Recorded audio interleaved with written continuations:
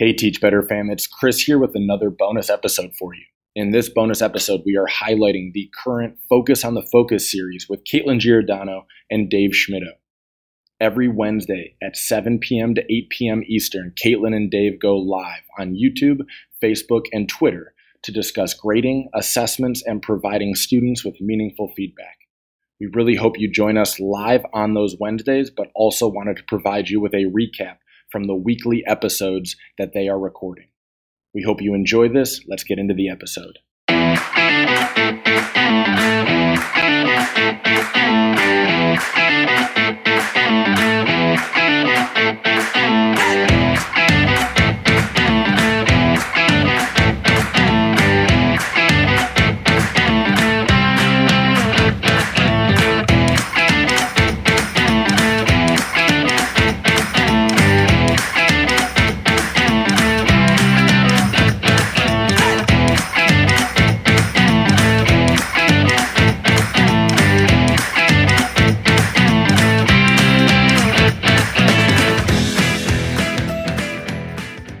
All right, Katelynn, before we jump into our heated conversation tonight, let's do some housekeeping real quick.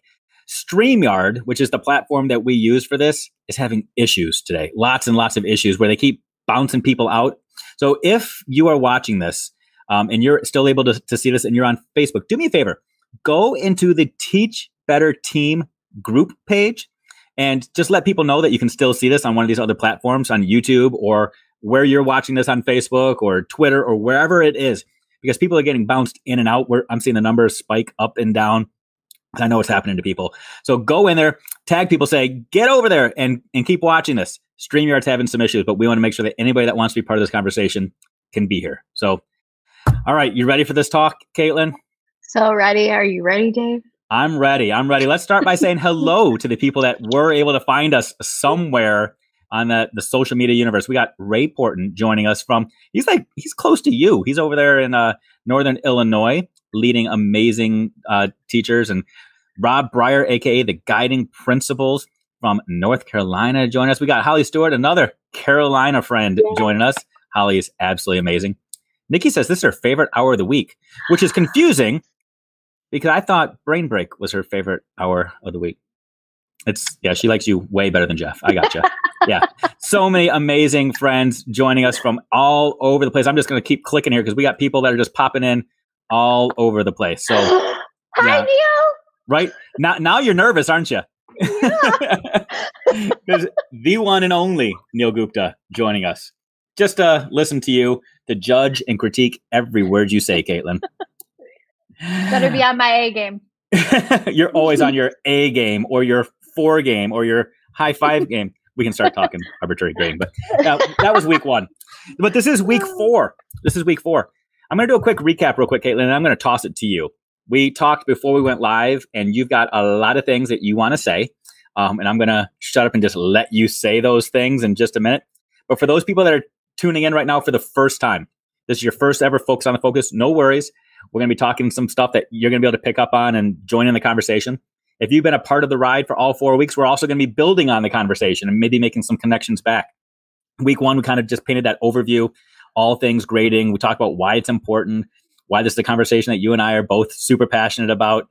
Week 2, we talked about measuring what matters, how to dive in and actually focus on the focus, if you will, which really is where the name of this came from. How do you identify those priorities and the things that you really want to be zeroing in on? Then last week, we talked zeros, deadlines, all of those taboo topics. It was the Sir Mix-a-Lot hour. We tackled all those big butts that people throw into the conversation. We also threw people a little freebie this week, and people didn't know it was coming during the 12-hour live. We got to connect a little bit too. And then that brings us to today, Katelynn. Today. Katelynn, before I go any further, today, what is the conversation today? Okay, so today, everyone, we are talking about formatives and summatives.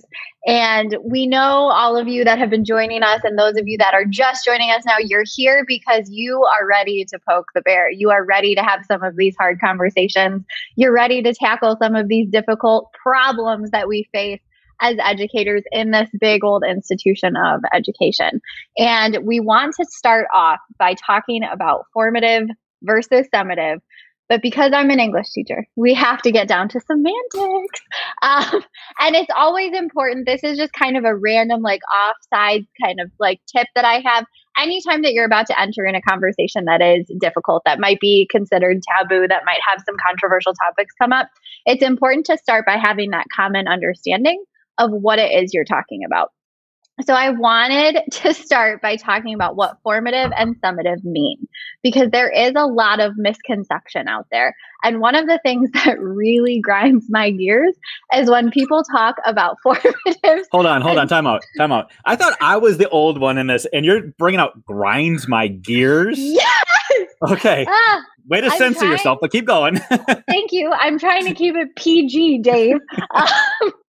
So one of the things that gets me is when we talk about formatives and summatives and we say, okay, well, yeah, formatives are what happens during learning and summatives are what happens when learning is over. And I bet you all know what my problem is with that. Learning is never over, especially if you're going to provide opportunities for retakes, reassessments, and all those things that we know we should do in our classrooms. The learning is not over.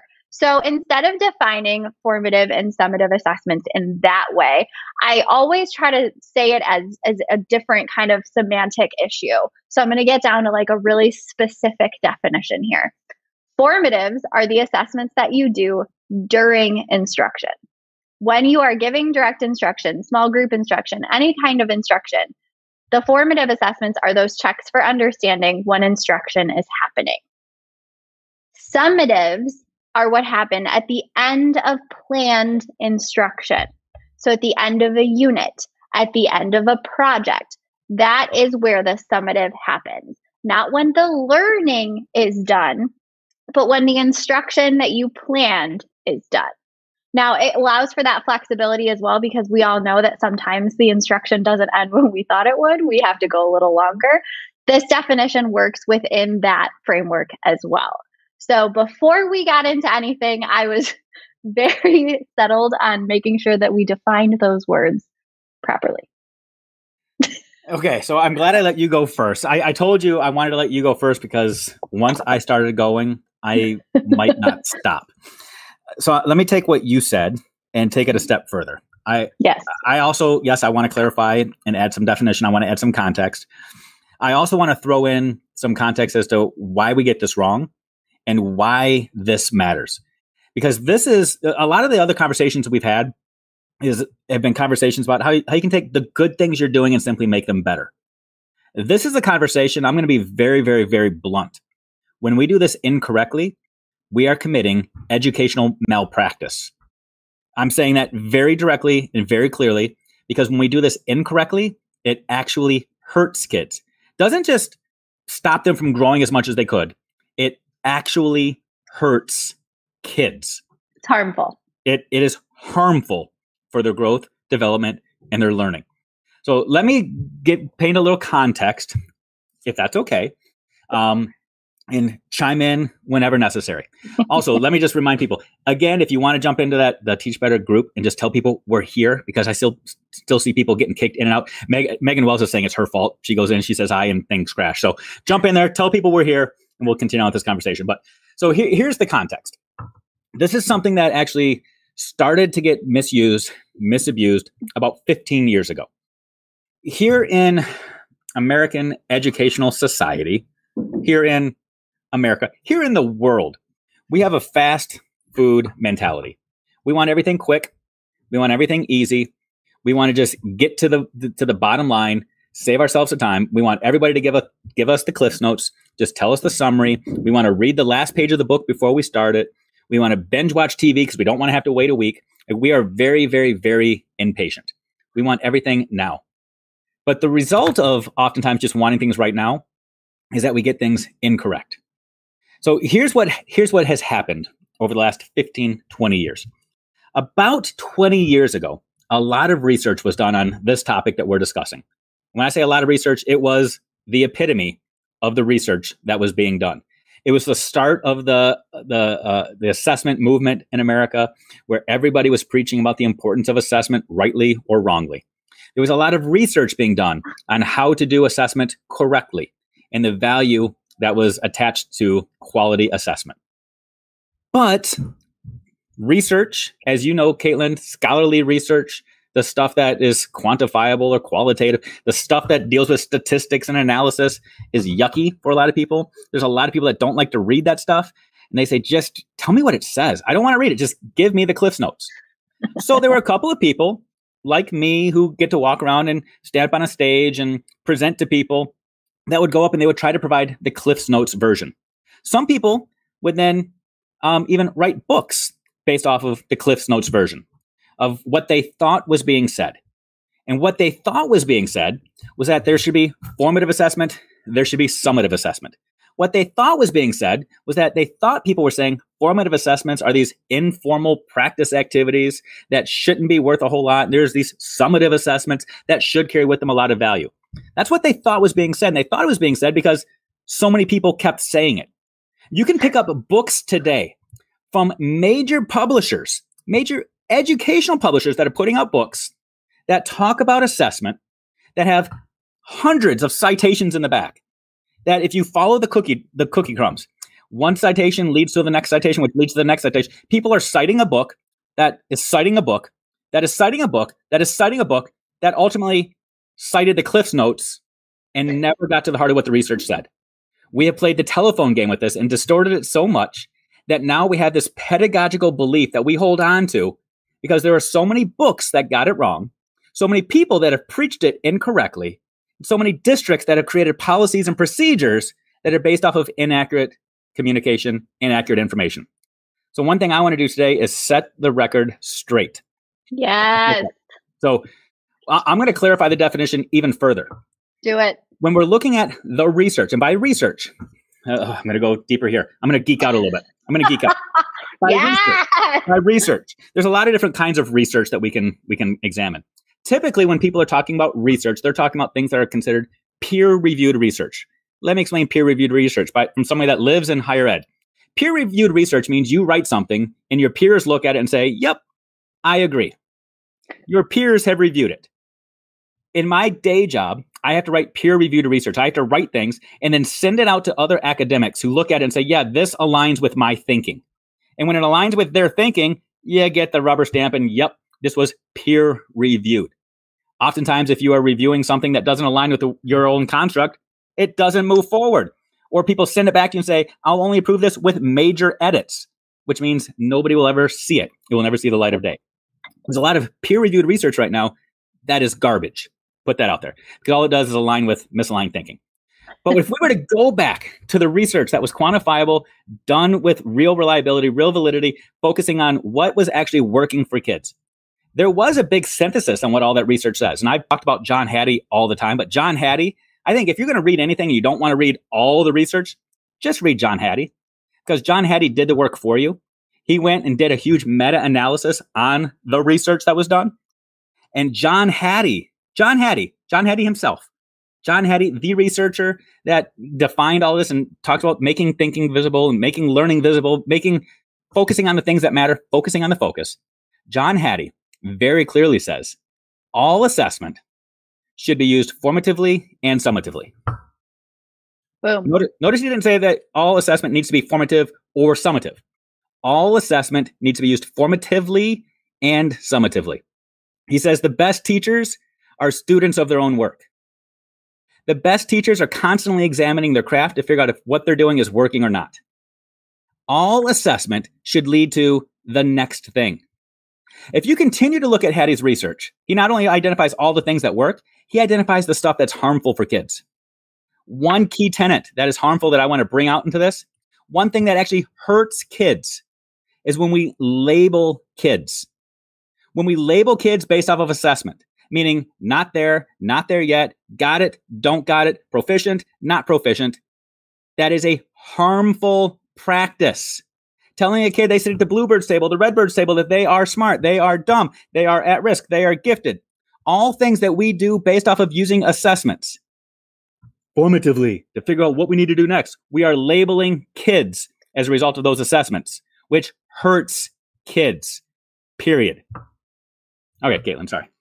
Oh my gosh, don't be sorry. No, keep going, because everything you're saying is exactly why we need to be having this conversation. And it's exactly why this conversation is so valuable and so needing to happen, and needing to happen sooner rather than later, because there is such a misconception that exists, and there is such a misuse of these terms. And on top of that, the assessments that we apply them to. Yes. So, Dave, I just want you to clarify even further. When you say using assessments formatively and summatively, give us like something to sink our teeth into with that. Okay. What does that mean to you?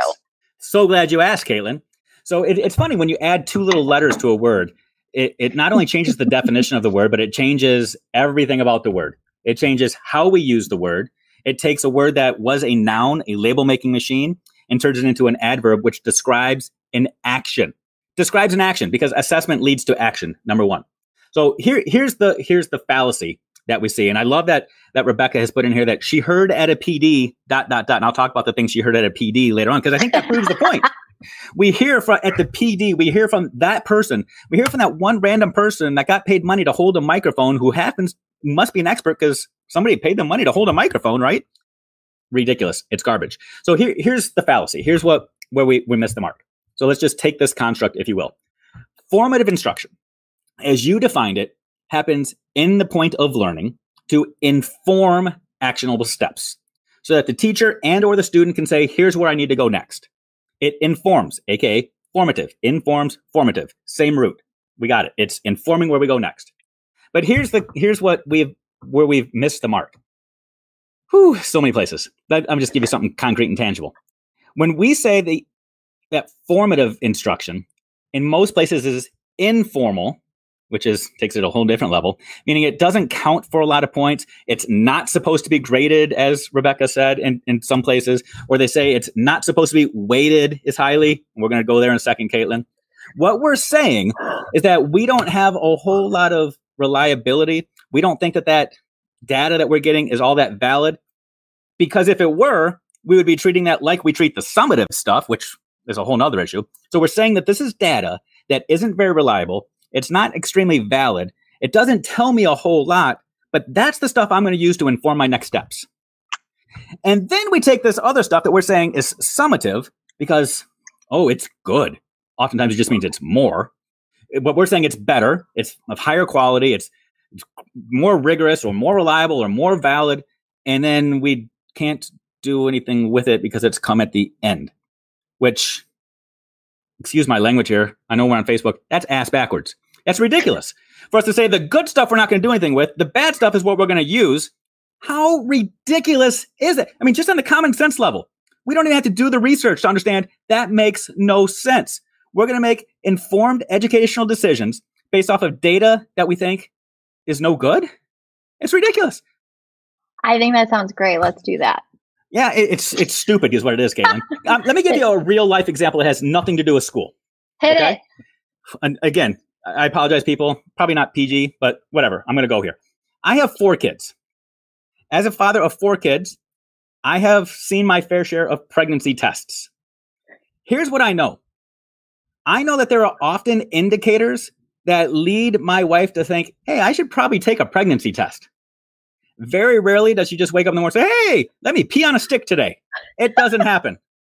There are other clues to say, hey, I might need to take a test. Furthermore, 20 years ago, when you got a positive pregnancy test, you also had to call the doctor and say, now can I come in for another test just to prove that test was right? Now, do you know what the doctors tell you? If you peed on a stick and it's got a plus sign, you're pregnant. You don't need to come in.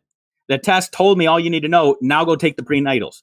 Now start doing all the things you have to do because there's a baby growing inside of you. The test confirms action. Period. End of story. Maybe I shouldn't have said it, but you know what I mean. Yeah. No, we're following. No, it Okay. makes sense. But the thing that I think too that you brought up that we should definitely get into is this idea of which one's worth more. Because when you're talking about using an assessment formatively, You want to be able to use this to inform your next moves. That's exactly what we want it to be for. And that's what we, if we're doing it correctly, are using it for. We're not using it to label this is where a student is at. We're using it to inform ourselves so that we know what next steps we need to take as instructors, and our students are using it themselves for what steps they need to take as learners. That's what we need to be using it for, which is incredibly valuable. And that brings me into the topic that I have a lot of big feelings about, and that's weighted grades. Because we tend to say that, okay, formatives are going to be worth 30% and summatives are going to be worth 70%. First off, like, I'm going to try not to get too mad right now. We're just sticking a new name on a practice that we've consistently always used forever. We're changing it from saying, okay, tests and quizzes are worth 70% and homework's worth 30 to being, okay, formatives are worth 30 and summatives are worth 70. So it's all we did was change the label. All we did was change the label. You're not teaching in room 16 anymore. You're not teaching in room 18. Same instructional methodology. Just the labels. Exactly. Yeah, exactly. Okay. You've only changed the name of what's on it. That's it. You haven't changed anything about the practice. You haven't changed anything about the way that instructors, educators, students are using the assessment. All you've done is change the name. Fabulous. Wonderful. Then we get into weighting of the grades. Well, that just is inherently saying these formatives just aren't as good, as you were saying before, Dave, or these formatives just aren't worth as much. And it takes the value of a formative from where it should be to way down here, not just for you, but more importantly, for your learners. And it continuously reinforces the idea that the points are the point, that the points are why I'm doing this. I'm not doing this because it's a learning opportunity, because it's a learning experience, because it's a place for me to show my teacher what I know and can do right now, so they know what to do next and I know what to do next. It's not showing them any of those things. It's telling them this is only going to be worth 30% of your overall grade. So if you don't want to do it, it probably isn't going to be that bad. And then it leads to the further conversation. Well, then we should just flip it. Formatives should be worth 70% and summatives should be worth 30. Awesome. Let's just keep moving the numbers around and not actually addressing the problem. And this is where I start to get irritated, because that only reason that we're talking about flipping them is not because we're saying, okay, looking at the formative, that's a valuable learning experience. It's because we want the kids to do it. So it's using it as an issue or as an instrument for compliance, which everybody knows how I feel about that. If you're using grades, points, percentages as a tool for compliance, you are doing something wrong, because that is not what they are for. And so Katelynn, let's just, I know we covered this a lot, week 1, week 2, week 3. What are grades for, Katelynn? They are a communication of where your learner is at a given point in time on an academic skill.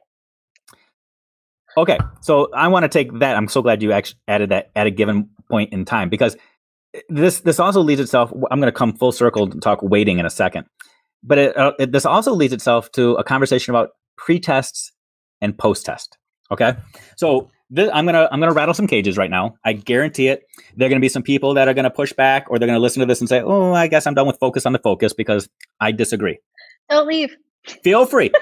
Disagree all you want, but don't leave. But stay. Push back. Push back if you want to. It's going to help me grow. It's going to help all of us grow. But there are going to be some people that disagree with what I'm about to say. The idea of pre-test and post-test is wrong. Period. Using pre-test and post-test is wrong. And let me clarify what I mean by this. I don't mean allowing students to assess multiple times throughout a learning progression is wrong. That is 100% right. Calling anything a pre-test and a post-test is where we miss the mark. Because again, it's that mislabeling, and when we mislabel things, we misappropriate how we use things. If we say it's a pre-test, here's number one, we're saying our own arrogance. When we say it's a pre-test, we're assuming that a student can't learn anything unless we have bestowed upon them some knowledge, which is, teachers, you are amazing. You are the most powerful force in a child's academic and educational career. Know that. But it's also extremely arrogant to think that a child has not or could not have ever learned anything without you. So that's number one.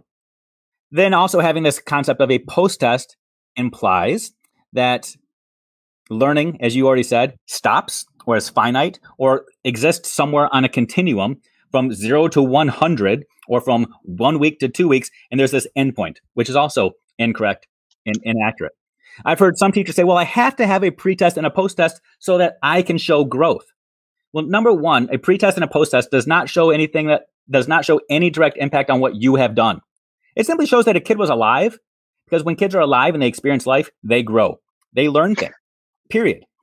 And if you can tell me based off of your instructional decisions and your instructional moves that you can pinpoint with accuracy what decisions you made that led a child to grow and improve, amazing. That means that you are a statistical phenomenon. But very rarely are we able to do that. And if you're going to do that so that you can then identify what practices and what pedagogical tools and tricks you need to then implement into the future because you learned that it worked in the past, God bless you, you are using assessment the correct way. If you're simply giving a pretest and a post-test that you can then label kids and say, Johnny's going to the red table, Susie's going to the blue table, because all students that scored a 55% on this test obviously have the same needs, you are misappropriating assessment. You are again labeling kids by a pretest and post-test. This idea that all assessment should lead to the next steps. All grades are feedback representing learning at a given moment in time. Means if a student is able to give you evidence of their learning or their lack of learning or their lack of understanding at any given moment in time, you document it as evidence. But once they start to demonstrate more learning at a future moment in time, that becomes the new evidence. If a student knows something before you teach them, their evidence, their grade, whatever it is that you're documenting should reflect what they know or don't know in that moment of time. Similarly, a week later, 2 weeks later, a month later, a year later, whatever they've learned should be documented as evidence of what they know at any given moment in time. It shouldn't be a pre-test and a post-test. Go ahead. But Dave, what happens if I need to use a pretest to know what my students know already so that I can use that to instruct them?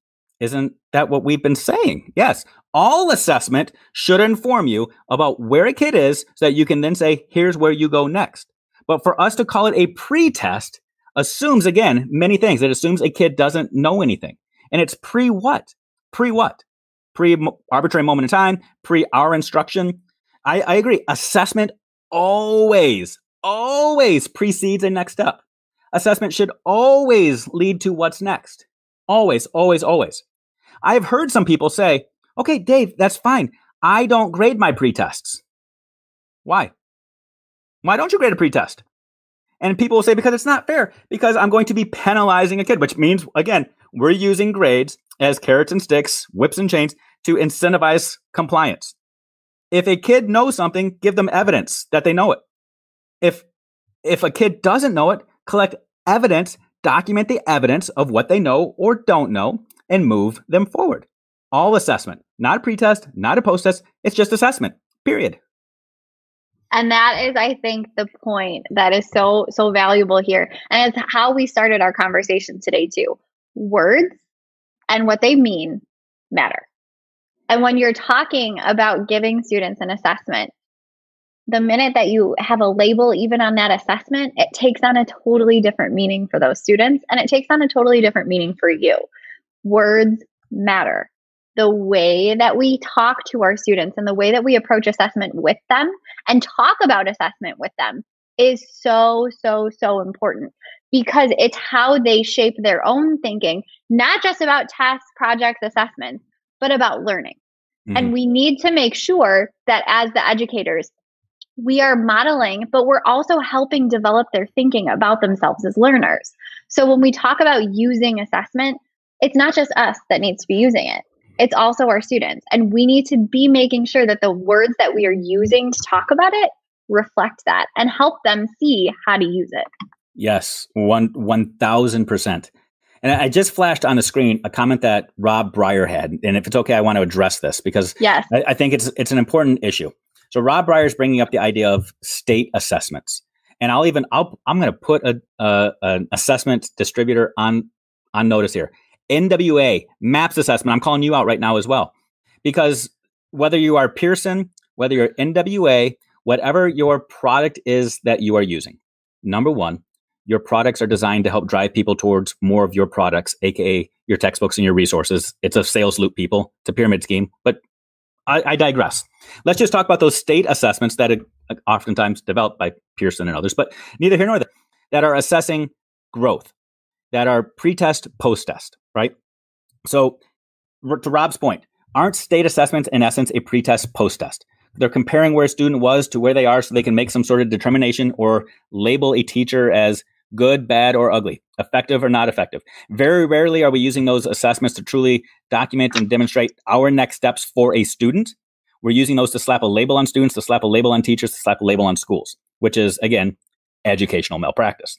But what those assessments are really doing is they are taking a student and they are comparing them to the norm, to the mean, to the average of every other student that took that same test, either in a subgroup at an earlier time or in that moment. It's not comparing them to a standard of excellence. It's comparing them to a norm or a mean. And we've said this before, using the mean for anything is mean. When we're doing that, we have no idea as educators, as leaders, as teachers, what instructional decisions, what instructional practices, what pedagogical decisions led to that growth or that lack of comparative growth. We don't know what our next steps are. All we know is what label to assign a teacher or a student, which does not drive us towards actionable steps. It should never be a comparison game of good, bad, or ugly. And that's what we use it for. If I'm a teacher and I'm getting dinged because my students aren't growing as well as another teacher, I want to know that information. I desperately want to know that information so that I can do something about it. So then my question is, what do I do about it? What do I do? I know that teacher X had scores that were better than mine. Her students grew more than mine. What decisions did she make that led to her growth compared to mine? Did she have her windows open or closed? Were her lights on or off? Did she have kids seated at pods or in rows? Did she write in blue pen or black pen? Like, all of those things truly make a difference. But which one made the difference? All of them did, right? This is the point. Unless you know what your next actionable steps are, oftentimes we resort to what's easiest, and the easiest data for us to use is also the most harmful, which is comparative data. Comparative data does not help drive learning. Facts. So we are getting a lot of questions right now about what to call it. I know, I understand, folks, the feeling about pretest. I get it. I am with you. A lot of having that assessment early on is really valuable to help us as educators know what to do next. It helps us understand what to do. So I'm seeing all these questions. What do we call it? What do we do then? Here's how I would suggest approaching it, and something that has worked really, really well for me in my classroom. We've been talking about standards-based, and I'm going to get into that in a minute, about that in a minute. But when you're talking about an assessment that you want to do and have it function as a pretest, instead of telling your kids, like, okay, everyone, we're going to take a pretest today, this is how I would approach it. Tell your students what the new learning goal is, the new learning target, the new objective, the new standard. This is our new learning goal that we'll be working on. Here's an opportunity for you to show me what you already know. Here's a chance for you to show me the skills you already have. If you're not sure what I'm asking, that's okay. If you have an idea, show me everything you can. Approaching it that way allows your students to see this as an opportunity to show you what they know. And that is how I would approach it in my classroom. But Dave doesn't agree with me, I can tell. No, I do agree with you. And what I was doing is I was reflecting and I was remembering a story. And I'm trying my best. I don't know if I should tell her or not. I'm going to. Whatever. Most of the people I've ever worked for no longer watch this because they're like, oh my gosh, he's calling us out. Yeah, probably. So I worked in a district before where I was responsible for all curriculum instruction for the entire district. And I proposed at the high school level, mind you, it's high school, which is sometimes high schools work a little bit differently than the rest of the building or the rest of the district. I proposed at the high school level that all classes be given, and all students for all classes get the opportunity to assess out or to test out of the classes before on registration day. They could assess out and test out. Not like what they do at the college level where they say, hey, we're going to give you credit for that. And now you just have to take the next course in the sequence. They don't actually give you credit. They just tell you can move up a level. I actually wanted students to be given credit if they could assess out. And you know what I was told? I was told, if we do that, we're not going to be able to fill our sections of classes. because too many kids will test out. Do you understand? Like whether that would have happened or not, I don't know.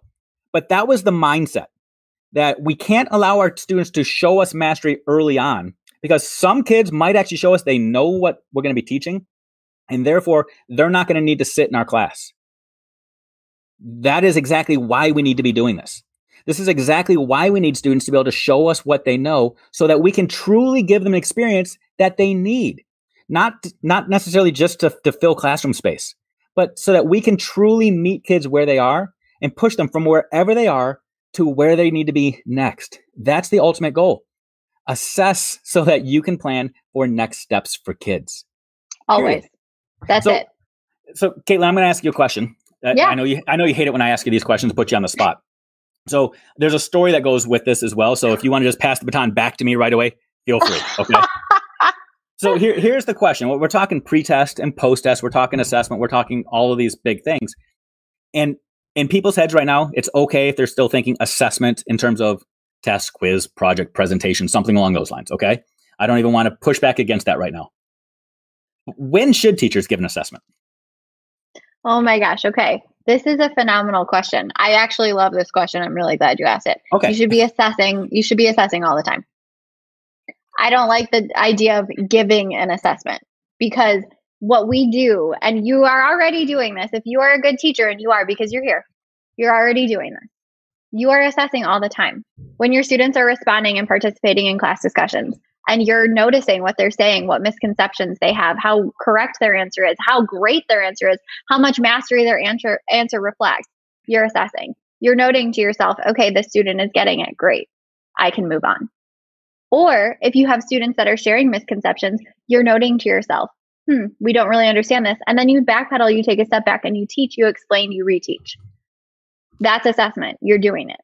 Yes. When should you give an assessment is such an awkward question for me, because I feel like we have this idea of like, okay, giving an assessment, and you said you didn't want to push back at this, but I'm going to do it anyway.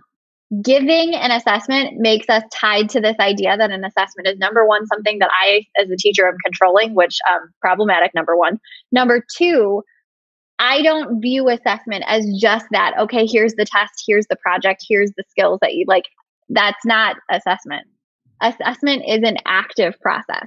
It's not a one-stop shop for everyone's going to do this thing now, and I'm going to see it. Yes, that is a way that we assess, but that is not assessment be all end all. Oh, Katelynn, I love having these conversations with you so much. Because I don't know, I think people heard what you just said and they were like, yeah, I agree wholeheartedly with that. But if you agree wholeheartedly with that, it brings up a whole lot more questions, Katelynn. Always. Let's take people on the sequence of thoughts in my brain and in my head. I'm going to start by telling a story that I have already told on here before, but it fits into this conversation too. So if people are here for the first time, feel free to listen to this story because it fits. It takes place in about 12 years ago. My first year as an administrator, went to observe an amazing teacher by reputation. Everybody knew she was amazing. I knew she was amazing by reputation. She was organized. She was responsible, did all the things right. Classroom management was impeccable. She knew her content. She was a seasoned veteran. She had all the gimmicks, all the tricks, stood on her head, took the kids outside, did cartwheels, played kickball, did all the things right. In her classroom, she had a calendar. And on her calendar, I went into her classroom on a Monday, and I saw that 10 days later, on Wednesday of the following week, she had identified as test day, which Again, I told this story before, but that is that pivotal moment that made my head start reeling when I started thinking, how does she know the kids will be ready for a test in 10 days? And if she already knows that the kids will be ready for a test, why does she have to give a test?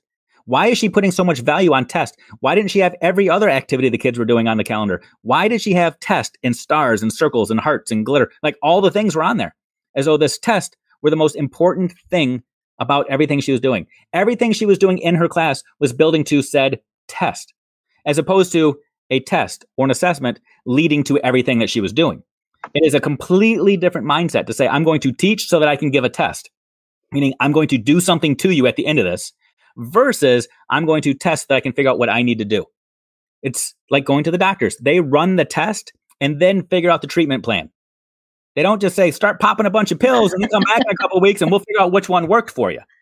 They figure out the ailment and then they start to progress. It's the same concept that we have to have in our classrooms, which then here's where it gets kind of muddy, especially this time of year. Final exams are coming up in a lot of places. And they are. Final exams are a big, big deal in a lot of places. And final exams oftentimes are weighted more heavily than all other assessments all year long in a lot of places. And oftentimes with final exams, the only actionable step is, do you pass the class or not? Because if you fail a final exam, oftentimes a teacher, too late for them to do anything about it other than not give you credit. Which begs another question.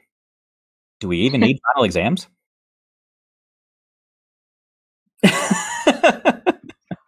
You're shaking your head and you're not saying out loud. Okay, so I'll say, no, we don't. No. So what is your reasoning, Katelynn? So it kind of goes back to everything we've been saying. What is the point of you giving the final exam? Because I can hear educators all in my head right now, but I need to know what they got from my class. Okay, I hear you folks. I do. We don't need to give them a final exam for that. Instead, your time is much better spent creating, say, a portfolio of all the things, getting your kids to sit down and look through their progress from the year. Use it as a reflective experience. What have you gained from our time together? What skills have you learned? What evidence can you show of what you've learned? Let's think about that. Let's look at what we're proud of. Let's look at the growth that we've made, the expanse that we've covered. That time that would be spent on a final exam that, for better, for worse, really, there's no for better, is just there to act as like a gatekeeper between, do you get the credit for this class or not? Instead of that, why are we not using this as a time for reflection? And on top of that, if you are truly an educator who is asking yourself, what have these students gotten from my class and from my teaching? A final exam is not going to tell you nearly as much as asking them, what did you get from my class? What did you learn this year? What of my instructional approaches worked best for you? What suggestions do you have for me for the next class of students that I teach? You are going to get a hell of a lot more from that than you are from a final exam. Oh, Katelynn, yes, yes, yes, and yes, yes, yes, and yes. And agree with everything you said. And again, I'm going to add more to it because I was hoping I was going to disagree with you on this one. I was hoping because I wanted to have a match with somebody. I wanted somebody to say, I'll disagree with you for sure. Oh, that's okay. That's okay. That's okay. I prefer it when you don't, because I'm afraid you'll put me to shame. But yes, all that you said, but there are more pieces to this puzzle as well. The whole idea of this final exam, again, presupposes that the final exam is more accurate evidence than any of the other evidence that you've collected throughout the year, which then brings into question the other evidence that you've collected all year long, which then brings into question the reporting of that information all year long, which then means you might have been inaccurately communicating with parents, stakeholders, and students all year long. If you're saying, well, no, it was accurate, it was a perfect demonstration of what the kid knew at that time, then why do you need a final exam? Oh, I know. The answer is to figure out if they still know that information, if they still remember that information, which is, sure, I understand that logic, but I also understand I've had literally thousands of conversations with educators about final exams. And a question that I have asked educators everywhere when it comes to final exams, has a student ever surprised you with their score on a final exam?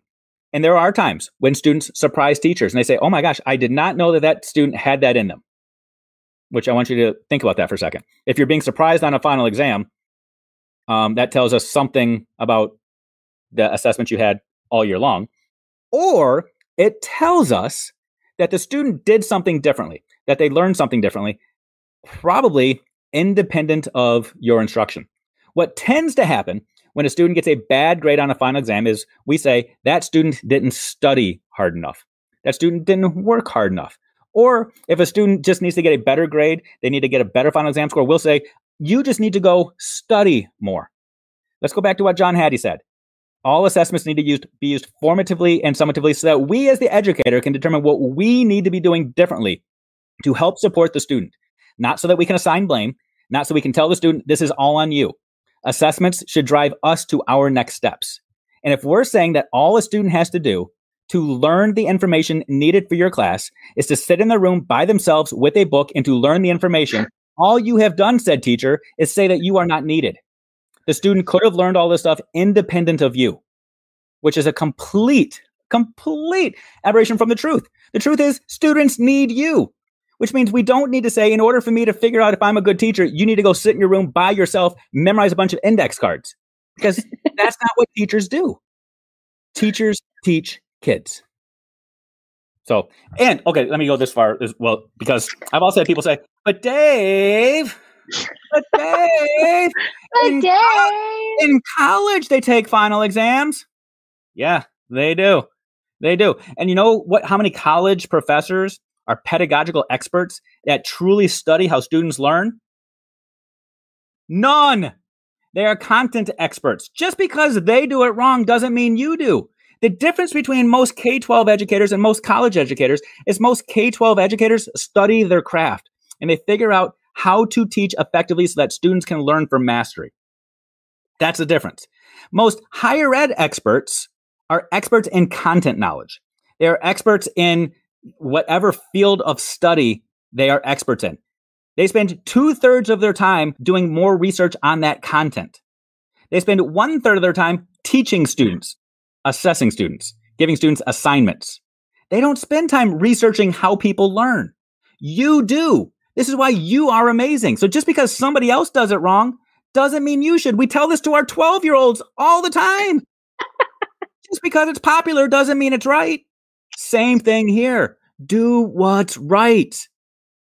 Oh, yes, that. No, but it's true though. And what I'm hearing you say is that we're going to go ahead and like do this whole thing with K-12 and then we're going to go take on higher ed next. That's what I'm hearing you say. But it's just like, it's one of those things that I feel like just needs to be fleshed out, because the other piece of final exams that just really, really gets me is that there's so many questions on final exams that are like Googleable. And I say that a lot because I just feel like there's a lot of things that me as an adult, like sort of, I mean, I'm kind of an adult. I pretend to be one in my normal life. I Google things all the time. Like if I don't know the answer to something, I look it up on my phone. That's what we do. If I can't remember the difference between latitude and longitude, and I'm going to Google it on my phone. I don't understand why a Googleable question, a question that your students could easily just go look up, is going to be evidence of their understanding in your content area, is going to be evidence of your teaching. So Katelynn, I feel like this is going to be a bad analogy, or maybe it's a good analogy. I feel like you are the Martin Luther of education, not Martin Luther King, the Martin Luther of education. So no, for real. So let's go back a couple hundred years when the religious elites wanted people to think the only way people could learn about the Holy Scriptures or to learn about the Bible was from showing up and listening to an expert say, here's the information. It's the only way you can learn it is if you go to the church and you listen to the priest give you the information. Martin Luther said, actually, I think we should be able to read this for ourselves. I think we should be able to figure this out ourselves. And he was persecuted because he wanted people to be able to understand things on their own or to find information on their own. For hundreds of years in education, we've had the same mindset that we as the educators are the ones that have all the sacred knowledge. And the only way that you can receive said knowledge is to come through us. And then the world invented phones and Google and all these other little devices that are now allowing people to get the information. And we're saying, no. You can't go there for the information. You have to come through me.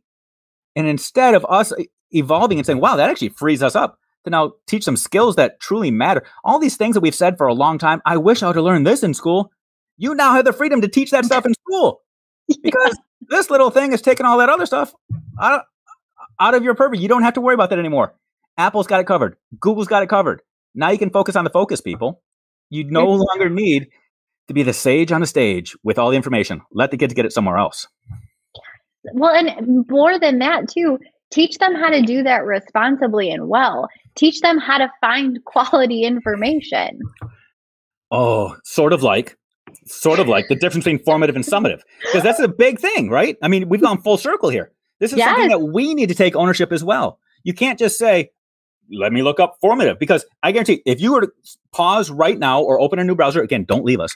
But if you were in 9 minutes to go and Google formative assessment, you're going to find 15 books that talk about formative assessment inaccurately, because they don't cite the research. They say, according to Johnny Smith, according to Susie Jones, according to someone, and it's just a bunch of people that came up with the definition that's not based off of research.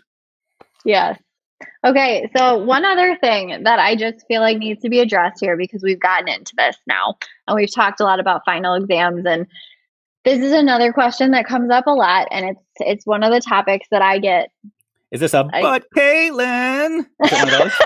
Sorry, I did that for Carrie. Go ahead. Yes, it probably would be one, but I feel like you're so fired up right now. Like it's my favorite, so I'm just gonna like kind of poke you a little bit. I feel like we bring up this idea of like, okay, so if we're doing this, if we're allowing our students to show us what they know, we're at the end of a course, we're not giving a final exam, we're going to do something different, blah, blah, blah. Won't every single one of my kids get an A? Won't every single one of my kids pass my class? And we have this conversation then that comes up, and in higher ed, I believe, and you can correct me if I'm wrong, but they like to call it grade inflation. So there's a couple of, number one, I don't want to equate it to higher ed, because in higher ed, professors are evaluated based off of student surveys. Basically, does a student like you, which means, in essence, grades are going to be inflated in higher ed because professors want students to like them. So let's take that off the equation. Again, not a best practice. But if we're talking K-12, will all students pass my class? All students will pass your class if your grades are based off of compliance and all you care about is, did the kid turn something in? Yep, they absolutely will. But if your grades are based off of evidence of mastery in a given moment of time, the only way every single student will pass your class or get an A or whatever that is if every single student in that given moment of time has demonstrated mastery according to the standard. Now, this opens up the door to a lot of other conversations, because in a lot of places, the system that we are part of, that we have helped design, that we play a part in changing or reforming, says that teachers are evaluated based off of whether or not students are growing or whether or not they're showing mastery. And a teacher cannot show weakness in that regard. A teacher cannot come to their principal, their administrator, their evaluator and say, little Johnny or little Susie struggled in my class because they did not demonstrate mastery, because that's going to be used against us to slap a label on us and indict us, as opposed to lead to an actionable next step of what we can be doing differently. Once we create that system where we say, yeah, it's okay to say, I'm struggling, I don't know, I didn't do something right, little Johnny struggled, I struggled, and we can then determine a next step as opposed to a judgment or a label, then I guarantee we'll have more and more students that we're comfortable saying is struggling, that they're not demonstrating mastery, and we want to do something about it. Because it's not about compliance, it's not about work ethic, it's not about behaviors, it's not about me being good, you being bad. It is, what's the next step?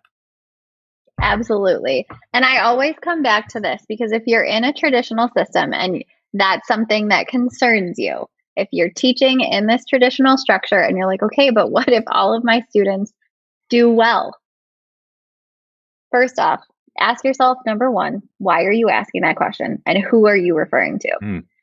Because if you're asking, are some of my students who might be neurodivergent, are some of my students who may not have always succeeded going to do well and going to do better?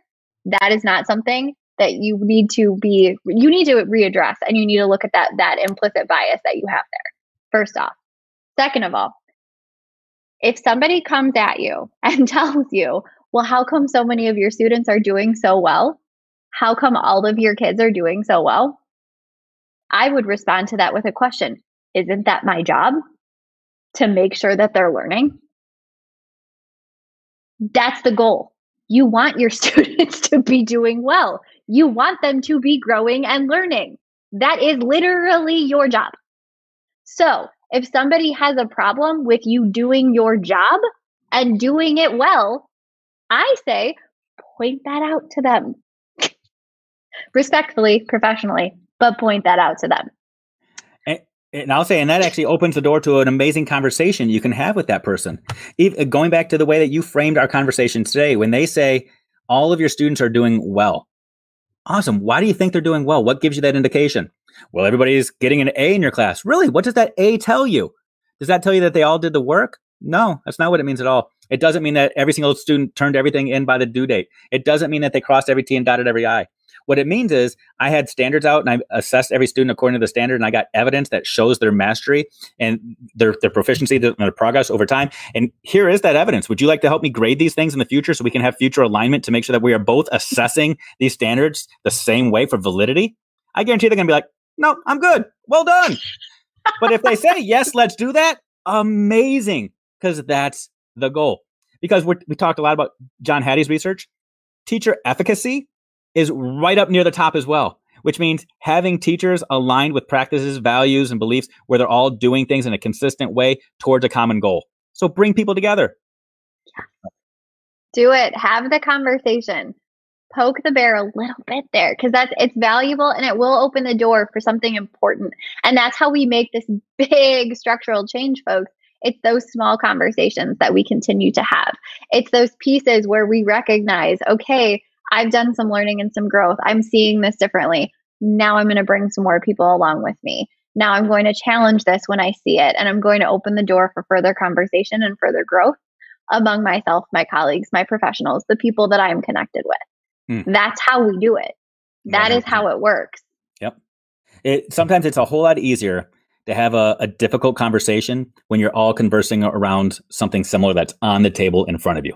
So when you already know that people disagree philosophically about grades or assessment or any taboo topic in schools, don't necessarily debate each other. Debate the topic. Put something on the table. Put student work on the table and debate the quality of the evidence that you have in front of you. You're not debating the child.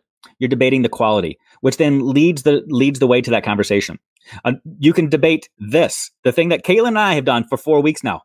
Share this with your friends, share this with your colleagues, share this with your peers, and then you can debate how ridiculous we are so that you're no longer debating each other.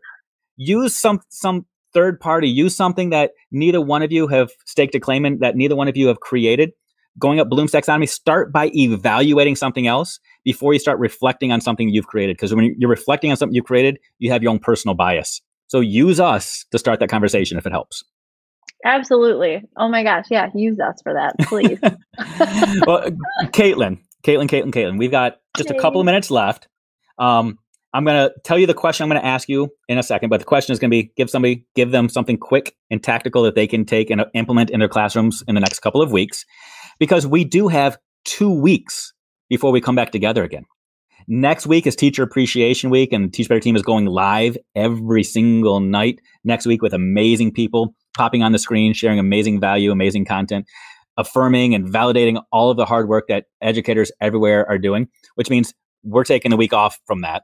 But then we come back in 2 weeks just to try to answer questions, to wrap all of this up. So you've got 2 weeks, people, to send us questions. We may or may not have some special guests join us to ask us some questions on the spot to poke us so that we can poke them back. If you have questions over the next 2 weeks, reach out to us on social media. You can DM us. You can email us. Just reach out to us and let us know what your questions are. And we will make sure that in 2 weeks, we address your individual concerns, questions, comments, topics, all the things. And then we're done with this for now. Yeah, for now. So Katelynn, before people sign off, give them something they can hang their head on and say, okay, all this big stuff, where do I start? Okay, so I have a couple of suggestions for everybody. So a couple? I said one. Look at you. Yeah, okay. I have a couple. So one of them has to do with assessment and grading specifically in your classrooms. This is one of the most valuable things that I did in my classroom when I began my restructuring, reframing, rethinking of assessment. We've talked a lot about standards and identifying your learning objectives and communicating them clearly. You can make huge differences in your assessments, the ones that you're using formatively, the ones that you plan to use summatively, simply by very clearly on all of them, putting that learning goal right at the top.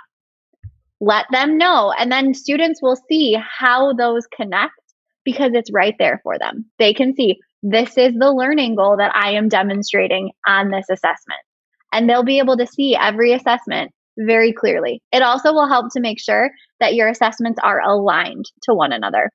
So if you have a test, a project, a quiz, whatever it might be coming at the end of instruction, if you have something you intend to use summatively, the students will see that learning goal and recognize it from all those other ones that they've done along the way.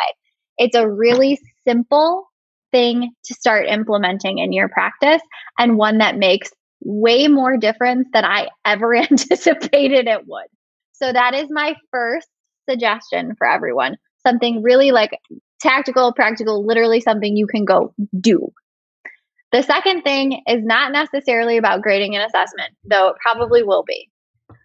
I would like everyone, this is going to be like a little challenge. If you're an ambassador, it's like a Monday challenge, but it's not Monday, it's Wednesday. It's a Katelynn challenge.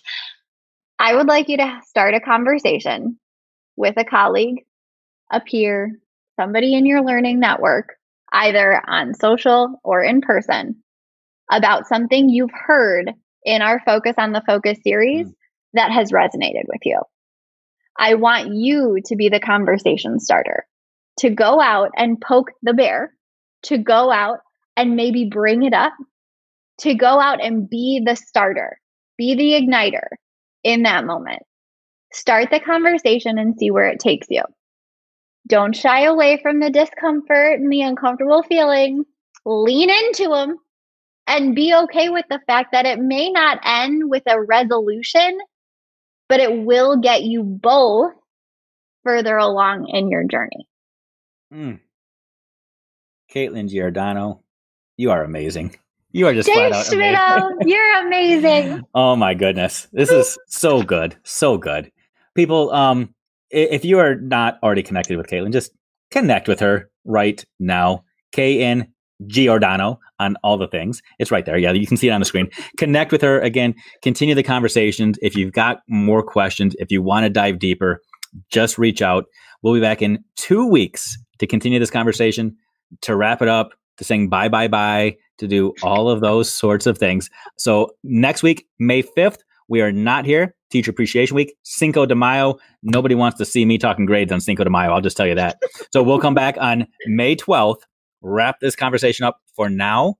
Until then, go out there, start those conversations, put those learning targets at the top of whatever it is that you're doing. Focus on the focus, have the conversations, and we will see you soon.